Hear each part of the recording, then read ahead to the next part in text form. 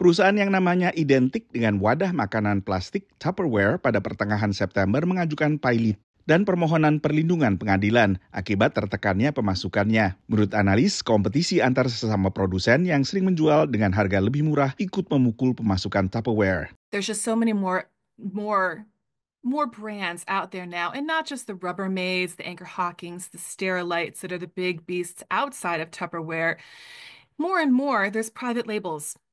Target has gotten into that space on their own, Walmart has gotten into their space on their own, Amazon has their basics line. Tapi perkembangan lain juga ikut menambah persoalan bagi Tupperware brands. People who wanted something that was good and something that was going to last would be looking for a Tupperware item, but more and more, a lot of the younger people looking for that top-end item are looking for a different material.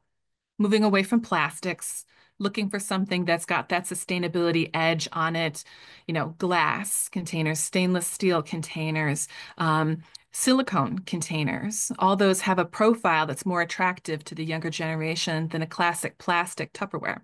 Sejak 2010, Tupperware sendiri telah memproduksi wadah yang bila pun plastik bebas BPA yang berbahaya bagi kesehatan. Pemasukan Tupperware dan produsen wadah makanan lainnya sebetulnya sempat meroket selama pandemi COVID. All of COVID really has had a dramatic impact on how we eat and drink, in part because of the hybrid life that we have. We are eating more meals at home, especially because we're working from home. And as such, by having more meals eaten at home, there's just a greater demand on food storage, part not only just for fresh foods, but also for leftovers. So one of the ways to make life a little bit more convenient is you will eat more leftovers during this period. So food storage has a greater demand there. And the increased need for storage and organization really has helped food storage to grow during this period. It is up 18% versus pre-pandemic, continues to be growing at this stage. And is very, very important for the consumers. Popularitas Tupperware meningkat pada tahun 1950-an dengan metode pemasaran langsung ke konsumen lewat pesta Tupperware. Pesta seperti ini belakangan semakin jarang dilakukan. Bukan hanya pergeseran dalam pasar saja yang memukul pemasukan Tupperware.